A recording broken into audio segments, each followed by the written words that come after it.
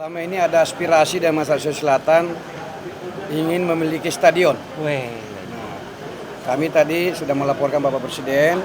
Sebenarnya kami juga sudah mengusulkan sejak bulan tahun lalu dan bersama Forkompinda, Pak Kapolda, Pangdam tahu itu. Dan tadi Bapak Presiden menjanjikan langsung tahun ini dibangun.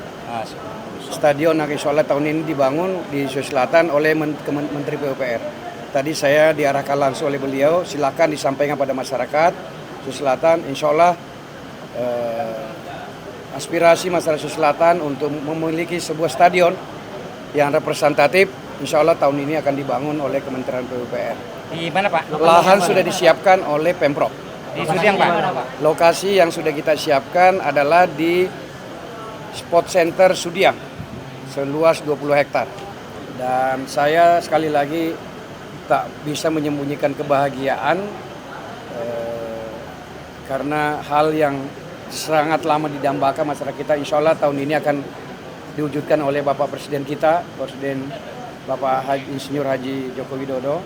Dan tugas saya menyiapkan lahannya yang clear dan lahan yang sangat clear milik Pemprov sendiri, adanya di Sudiang, yang memang Sudiang itu adalah sport center, luasnya ada 75 hektar di situ. Dan lahan dibutuhkan sebenarnya cukup 10 hektar, tapi kami siapkan 20 hektar supaya kawasan itu benar-benar bisa menjadi kawasan stadion yang layak dan yang tadi bisa digunakan untuk event-event yang berskala besar gitu.